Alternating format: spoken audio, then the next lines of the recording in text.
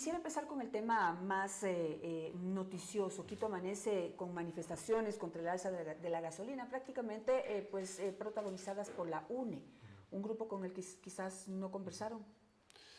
La UNE y la FUT están encabezando esta quema de llantas, porque no ha sido más que una quema de 8 llantas y ha sido despejada la vía Amazonas, porque fundamentalmente lo que buscan o lo que buscaban era una reacción violenta y atolondrada del gobierno, que no se va a dar, para ver si la marcha prevista para el día jueves tiene algo de fuerza, porque sin los transportistas, sin la CONAIE ya, que ayer anunció que no va a estar, evidentemente no hay fuerza para una manifestación. Así que, bueno, como digo, serán los grupos que siempre protestan, que siempre caotizan las cosas, pero vamos a hacer nosotros con cabeza fría lo demás. Pero bueno, digamos que a lo que estábamos acostumbrados, que era el anuncio de un incremento del precio de los combustibles o la eliminación de subsidios, como está ocurriendo en este momento, eso pues encendía las calles, prácticamente se incendiaba Quito. Sí. Y eso no está ocurriendo, pues están ejerciendo su derecho a la protesta, que está asignado en la Constitución de la República, pero pues no hay la reacción a la que estábamos acostumbrados. Es que modestia aparte, nos hemos dado el trabajo de hacer las cosas bien, detenidamente y de forma profunda. El tema de los subsidios en los dos gobiernos anteriores tuvo una reacción que fue peor a la medida prevista. Nosotros tuvimos el debido cuidado de abrir mesas de diálogo, de llegar a acuerdos previos antes de que se estabilice el precio de la gasolina a precios internacionales. Ya hubo una primera transferencia, no por los taxistas o los transportistas, por el usuario, para que no se le suba la tarifa. Entonces hemos ido haciendo las cosas paulatinamente y eso creo que es lo responsable con el país, porque la forma atolondrada hubiera sido, hago todo de golpe y espero la reacción, caotizo la ciudad, paralizo el país, y eso no hemos hecho. ¿Ha habido conversaciones con la CONAIE? A ver, nosotros teníamos prevista un diálogo con la CONAIE de forma directa. Sin embargo, cuando Pachacutic proclamó al actual directivo de la CONAIE como precandidato presidencial, cortamos esa aproximación oficial porque ya no estábamos frente a un dirigente, sino a un precandidato presidencial. Entonces no tenía ningún tipo de lógica. Informalmente hemos tenido conversaciones en donde básicamente hemos llamado a la calma y a reconocer que además la decisión que toma el gobierno está basada en un gran porcentaje en lo que ya se discutió en las mesas del 2019 o 22, si no estoy equivocado, respecto al tema gasolinas. Entonces, sin que haya la necesidad de sentarnos, escuchamos, leímos todas las actas, hay una buena compilación de la Universidad Católica sobre ese tema y eso nos permitió también avanzar como, hasta ahora creo que va a avanzar con éxito. ¿Qué hizo este gobierno que no hizo el gobierno anterior? Porque fue en el 2022 justamente hubo un tiempo que se dedicó a esta mesa para la eliminación de subsidios, pero llegaron algunos acuerdos y hubo puntos importantes en donde no se pudo llegar a ningún acuerdo y finalmente los subsidios quedaron en donde quedaron. ¿Qué hizo este gobierno que no hizo el gobierno anterior para lograr tener pues en este momento en su casa concentrado en sus cosas a la CONAIE? Fundamentalmente entender que no hay espacio político ni económico para eliminar completamente los subsidios. Siempre la lógica era focalizar los subsidios para que lleguen a los más pobres. Entonces, entendiendo de esta manera, por supuesto, un ahorro, porque estamos hablando de 395 millones de dólares en lo que va hasta diciembre este año, y ya si la medida, como por supuesto va a ser permanente, son casi un ahorro de 644 millones de dólares, es mucho dinero para la maltrecha economía ecuatoriana. Pero a la par hay una focalización a los que más lo necesitan. Había un déficit en el bono de desarrollo humano, el MIES transfiere además y amplía la base del bono, que es lo importante, y respecto del transporte, focalizar significa exactamente saber quiénes son los que necesitan esa transferencia para evitar que suba el precio de la gasolina. Pero lo que se ha tomado también es un golpe muy fuerte a la especulación, al contrabando. Los datos, y usted los conoce, Janet, el consumo en el oro, en Zamora Chinchipe, es el doble que en Pichincha o en Guayas, en Galápagos es el doble también que en Pichincha. Es decir, con esto también les cortamos a las mafias parte del insumo que... Claro, pero se necesita más control, ya que usted tocó ese tema. Ayer Sí. estaba viendo un reportaje en Teleamazonas, en Trabajo en Frontera. Todavía existe un contrabando porque el precio del combustible aquí sigue siendo más bajo que en el Perú, principalmente. No sé qué pasa en la frontera con Colombia. Lo mismo, porque además tiene IVA, la gasolina, en Colombia, pero además hay pinchazos, ¿no? Se estima que son 80 millones de dólares en pinchazos de gasolina al año, entonces evidentemente hay una serie de acciones que hay que tomar, pero lo responsable también fue no tener un precio diferenciado en las gasolineras, porque muchos decían, oigan, pero ¿por qué no hacen lo de la placa distinto? El rato en el que teníamos dos precios distintos en la gasolinera, el mercado se iba por el precio más bajo y la medida iba a ser inefectiva. Así que lo que hemos hecho es depurar las listas y ahora básicamente la medida se resume a ir mes a mes depurando las listas. En este momento hay 84,000, por ejemplo, personas dueñas de vehículos que podrían acceder a eso, pero podemos irlo depurando. Es decir, si alguien no tiene una unidad, sino 8, quizás ya el subsidio no tiene ninguna razón de ser. Y hemos tenido un registro para esta primera transferencia de más o menos 30,000, 25,000 beneficiarios, sin que eso implique que si a mes caído se van registrando no puedan acceder al beneficio. Digamos, el de esta focalización de subsidios es mucho mayor que 25,000. Sí, la primera lista depurada es más o menos de 84,000. Exacto.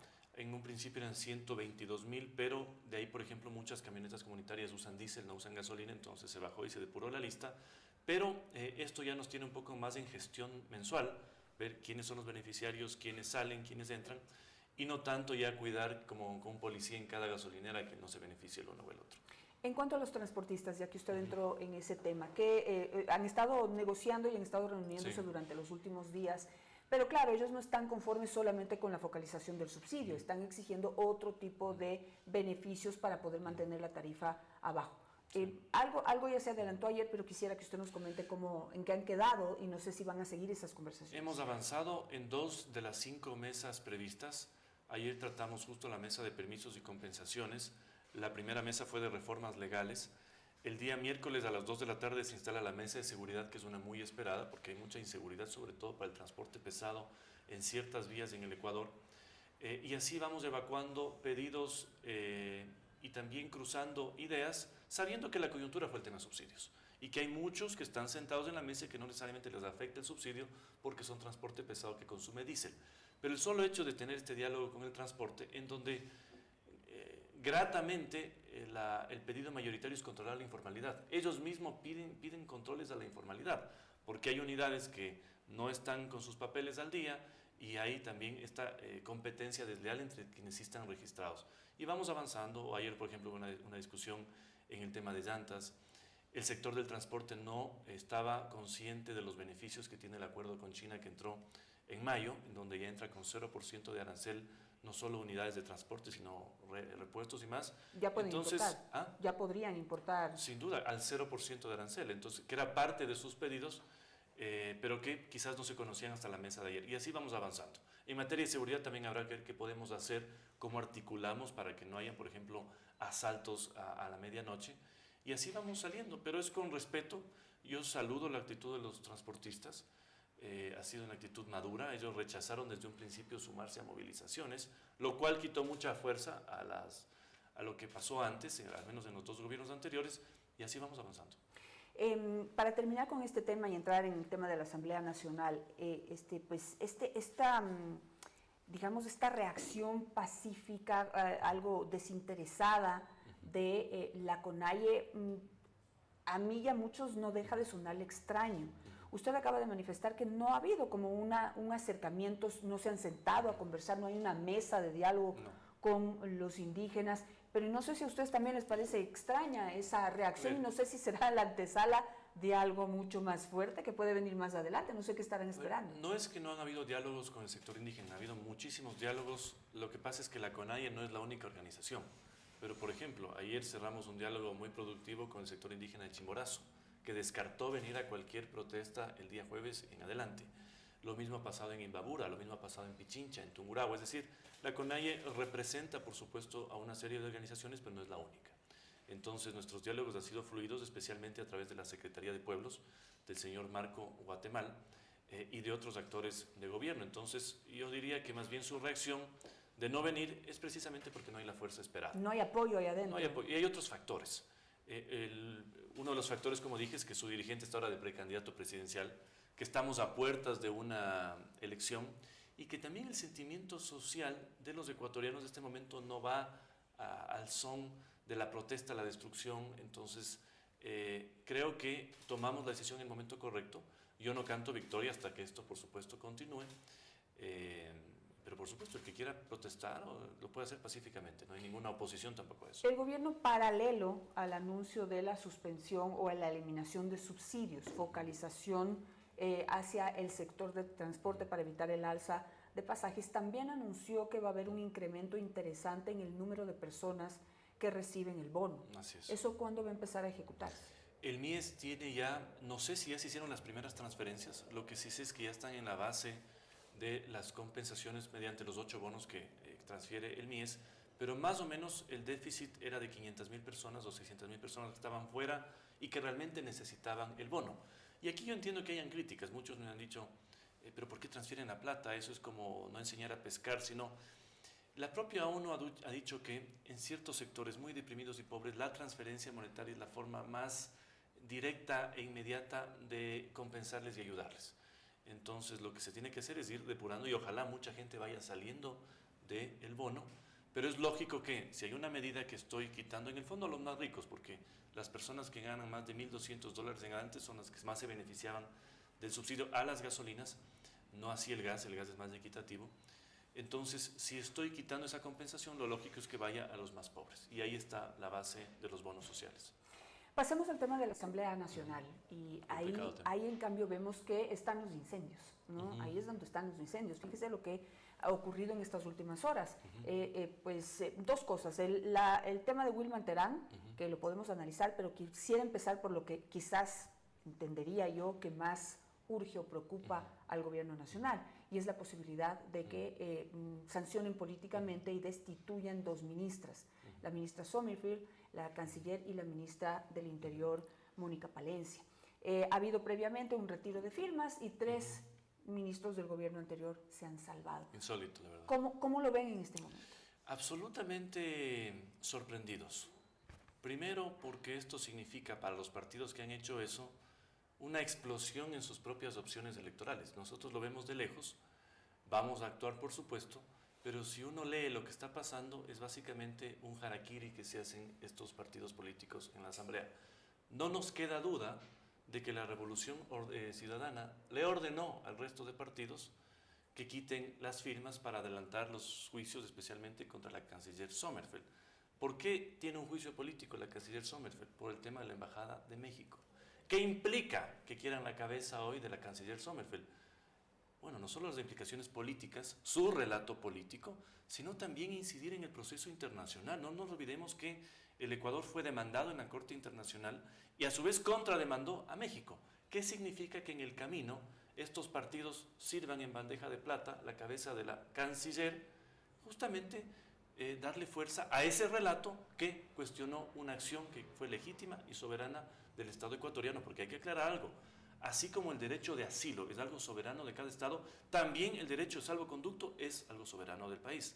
Entonces, el gobierno resolvió tomó una decisión al no existir un salvoconducto, y hoy lo que están haciendo en la Asamblea, que es básicamente entregar la cabeza o intentar entregar la cabeza de la canciller al gusto de la Revolución Ciudadana, es, como dije, un harakiri político indefendible. ¿Usted lo da por perdido?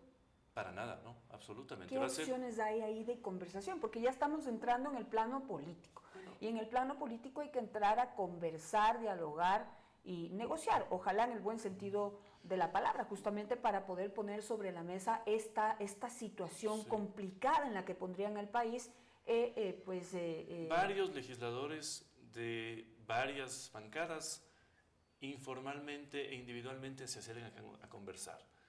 Y especialmente yo creo que fue un error estratégico que adelanten el juicio político a la canciller Sommerfeld, justamente porque va a ser un punto de quiebre entre muchas bancadas a la interna, porque hay otro paso previo, pues, y el paso previo es archivar los juicios contra exministros del gobierno anterior, uno de los cuales fue enjuiciado por haber pagado casi 200 o 300 millones de dólares en los últimos días a gente conocida y dejar impagos al resto.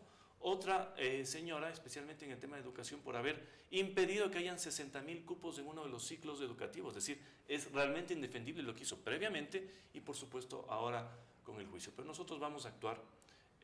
Yo creo que no van a existir esos votos. Y la fuerza de la razón y las circunstancias nos van a hacer triunfar en la Asamblea. Es decir, están en conversaciones, porque en este momento hay, contando, 89 votos en esta nueva mayoría que se ha conformado entre socialcristianos y Revolución Ciudadana principalmente, y aliados, vamos a llamarlos así. No sé si en los aliados ustedes ven una posibilidad. Entre Construye, Revolución Ciudadana y el Partido Social Cristiano, aproximadamente, cuando no se han fragmentado, han habido 82 votos. El resto son independientes, que no se suman a todas las causas. Y como digo, esta causa no es un tema de incumplimiento de funciones porque no se han entregado los pasaportes. Es un tema político específico que tiene repercusiones políticas. Si eso no miden, como creo que no han medido por la desesperación, porque claro, ¿cuál es la intención de la Asamblea? Golpear a Noboa.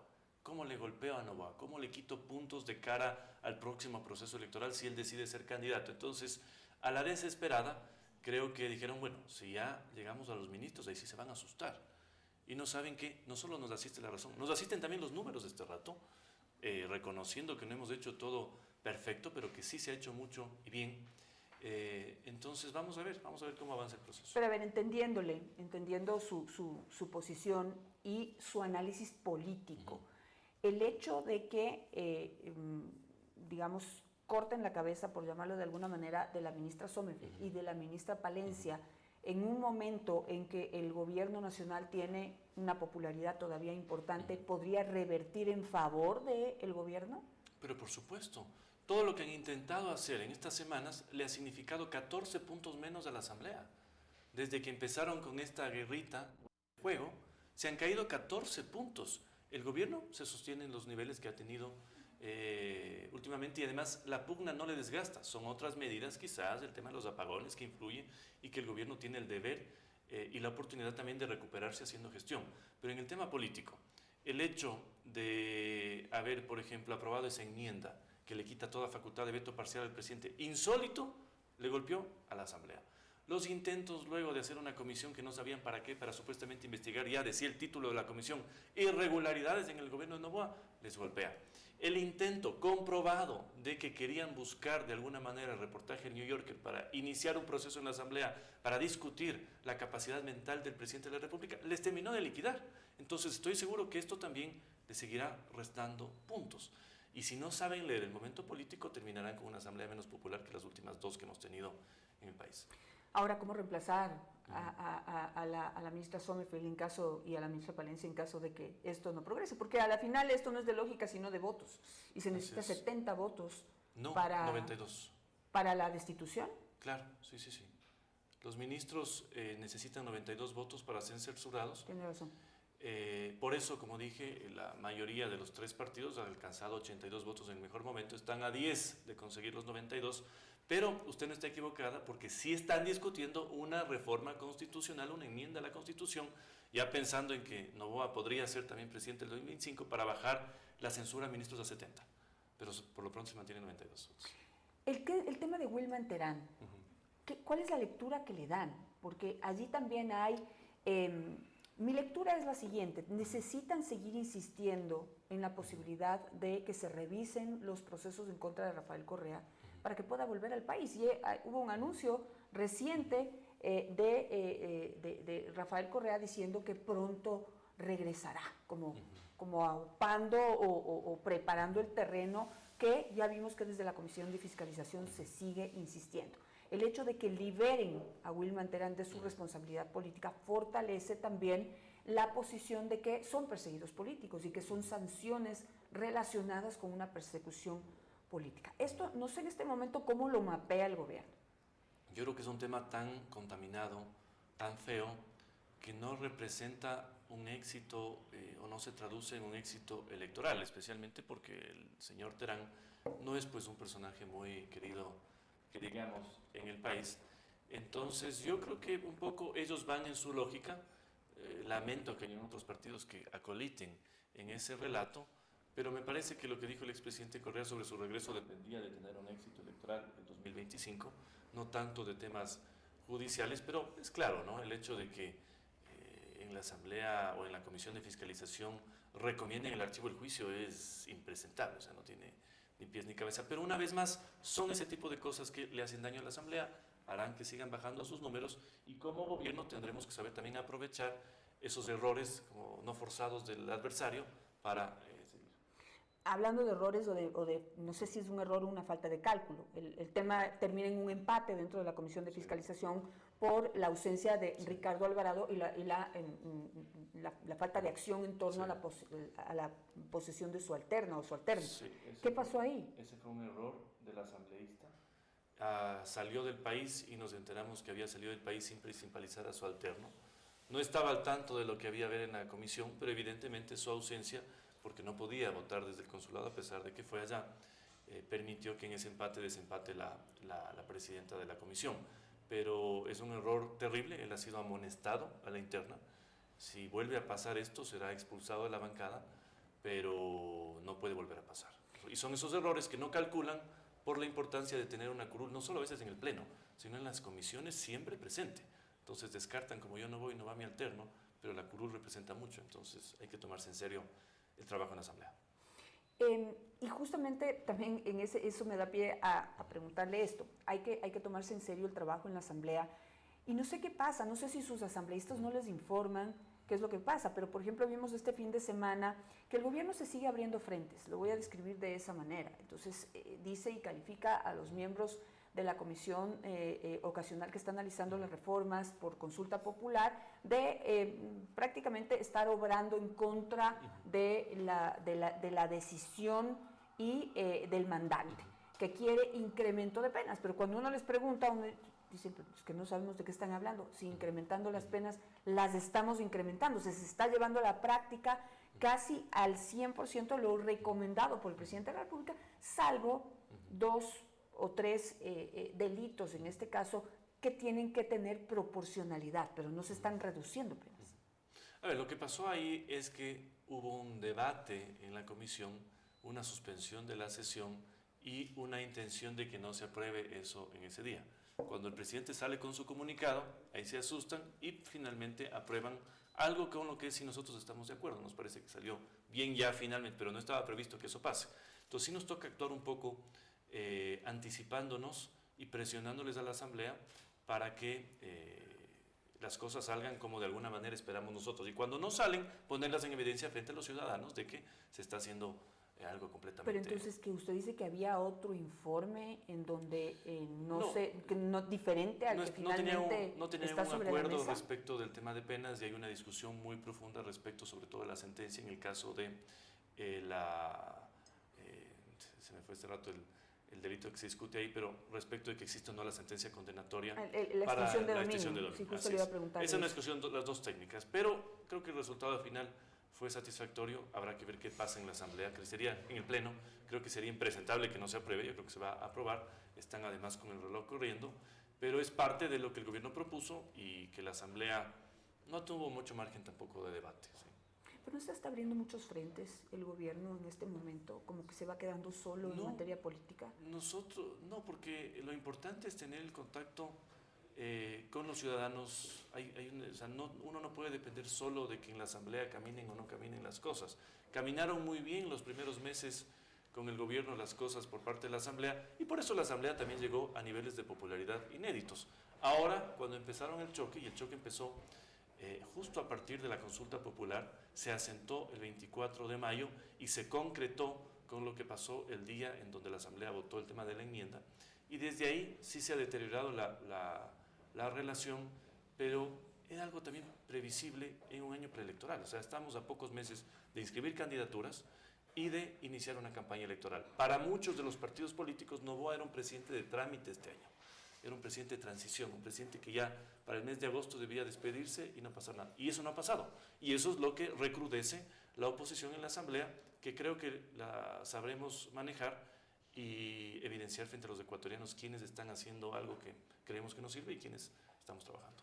Ahora, ¿qué posibilidades hay de recuperar el tema de la relación con la Asamblea Nacional, con determinados grupos políticos, para recuperar gobernabilidad? Porque yo le digo en esto, pues en medio de una carrera electoral, de una campaña que está prácticamente ya presente, se benefician unos grupos, se perjudican otros grupos, no voy a especificar quiénes, pero quienes perdemos somos los ecuatorianos en esa duda. falta de gobernabilidad. Y ahorita, viceministro, hay una preocupación que crece sobre el tema económico.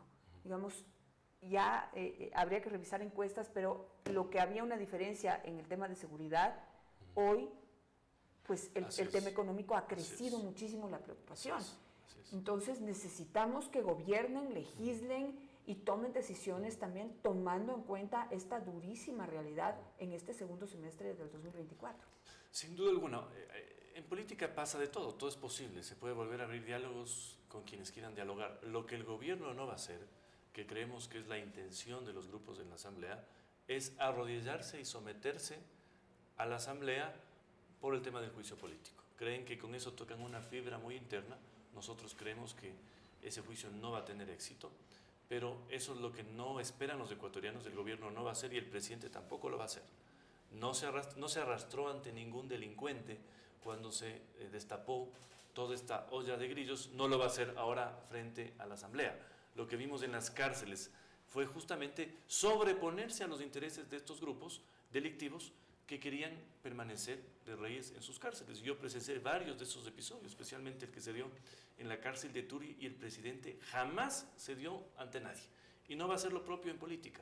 Si por el contrario ellos ven sus implosiones internas o sus expectativas electorales diezmadas y se quieren aceptar, con el mayor gusto, pero jamás ni para transar nada, ni para arrodillar al gobierno ante nadie. Y eso es algo que nos ha caracterizado, porque si tuvimos éxito en pasar las leyes propuestas, la primera etapa, sin ceder absolutamente nada, fue por la fuerza de las circunstancias, por la fuerza del gobierno.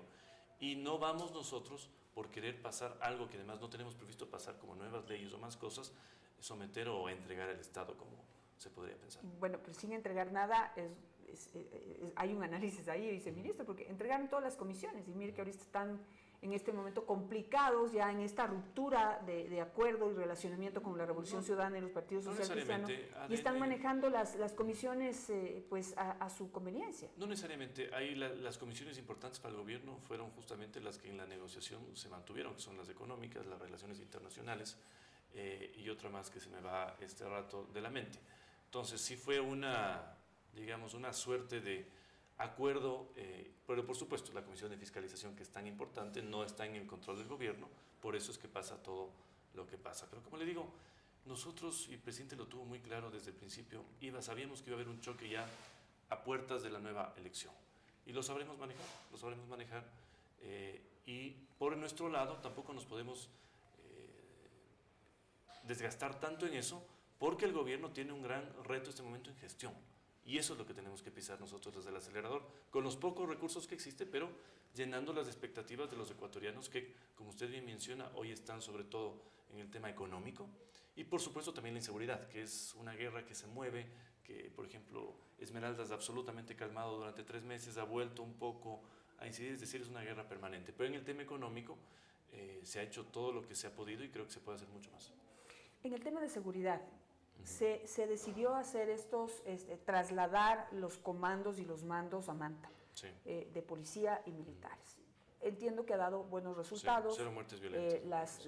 El número de muertes se ha reducido notablemente, pero este experimento positivo de llevar la presencia del Estado a donde está el foco de la violencia, ¿se puede repetir en el resto del país? Sin duda, y esa es la intención. Ahora bien, ¿el próximo destino cuál será? Entiendo que va a ser Durán, con la misma contundencia que ha tenido Manta. De hecho, el presidente despacha los 2 primeros días de la semana en Manta y ha tenido esos resultados.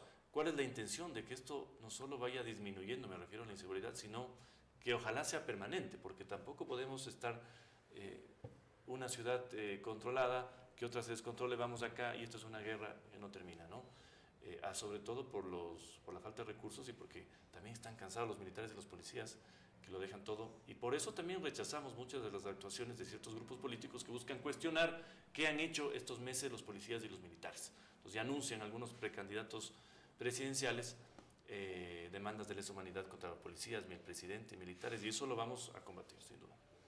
En el tema, y ya para ir terminando, tengo 2 temas más nomás, viceministro, y es un foco de problema está en la Asamblea Nacional, usted ya ha dado su punto de vista sobre eso, y todavía hay un foco encendido con el tema de la vicepresidenta. No sé cuál es la estrategia ahí, porque pues digamos el camino está trazado. Ella, si es que el presidente decide irse a campaña electoral, va a tener que encargarle. No sé cómo están, cuál es la lectura ahí, cuál es la estrategia. Este rato estamos atentos a ver qué pasa externamente al gobierno. Entiendo que haya no una, sino dos, o se reeditó una denuncia en el Tribunal Contencioso Electoral. No se descarta una segunda consulta al procurador con temas más específicos al respecto. Pero lo que sí le puedo decir es que haya un interés político de afectarle a Noboa, operando con quien se podría sentar ahí para destruir o destrozar todo lo que se ha hecho hasta ahora. Y muchos dicen, pero no es tan importante porque todo se puede revertir en pocos días. Cambiar cúpulas militares no se puede revertir por una decisión posterior, cúpulas policiales. Firmar los contratos con las telefónicas que se están negociando, eso no se puede revertir así nomás.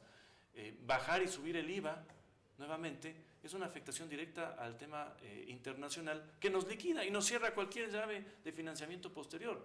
El tema justo de las gasolinas, tan bien trabajado, tan profundo, y que ella ya ha anunciado que va a volver a poner subsidios, son temas realmente lesivos para el país que sí nos preocupan, pero como le digo, vemos externamente qué pasa y cuando llegue el momento creo que habrá que tomar cualquier decisión. Último tema, viceministro, y es este hecho que sucedió este último fin de semana, en donde se encuentra asesinada a una oficial del ejército en un fuerte militar.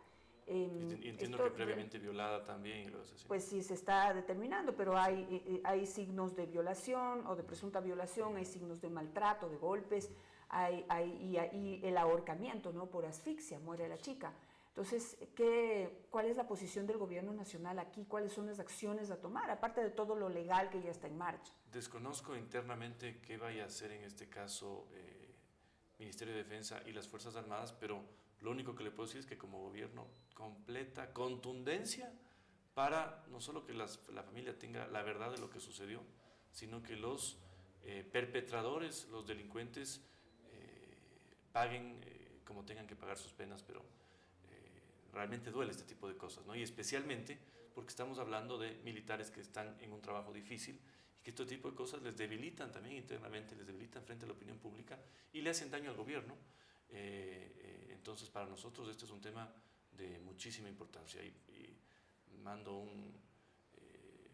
no solo mi sentido pésame, sino también el sentimiento de que a la familia sepa que vamos a llegar hasta las últimas consecuencias. La familia tiene en este momento el temor de que los 4 implicados o presuntos implicados en este hecho fuguen, porque pues no hubo prisión preventiva, sino medidas alternativas. Y justamente también lo que pasó en el caso de María Belén Bernal. Sí. Entonces temen que se repita la historia. No sé si el gobierno nacional, bueno, la Fiscalía no ha querido dictar una prisión preventiva ahí, pero ahí hay pues se me cruza esta idea, hay un comportamiento inadecuado o presunto comportamiento inadecuado de estos militares que estuvieron en una fiesta previamente, contrario a las normas del ejército y que están presuntamente implicados en este hecho. No puede haber una acción por parte del Ministerio de Defensa, Ejército Nacional para prevenir. Lo que le puedo asegurar es que estas personas saldrán evidentemente de la institución militar. Me adelanto a cualquier proceso que se esté llevando ya a cabo, pero no solo eso, porque no solo pueden salir de la institución por presumir que estuvieron ahí. Si se comprueba que son los directos perpetradores, tienen que estar en la cárcel y tienen que estar en la cárcel pagando las penas que han hecho. Entonces, en eso sí, como le digo, pero ratifico. Hay que evitar que se fuguen. Hacia ahí va mi preocupación. No sé si pueden hacer algo ahí. No conozco el tema puntual del proceso, pero no se olvide que pueden también llamarles o llevarles a prisión inmediatamente si hay más elementos, ¿no? Entonces, desconozco cómo había, pero lo que le puedo decir es que políticamente el gobierno irá hasta las últimas consecuencias en este tema. Viceministro, muchísimas gracias por esta entrevista. Ha sido larguita, la hemos aprovechado con todos los temas y esperamos tenerle nuevamente por acá. Le agradezco mucho y que tenga un excelente día. Carlita ya viene por acá para seguir contándonos las noticias. Así es, nosotros continuamos con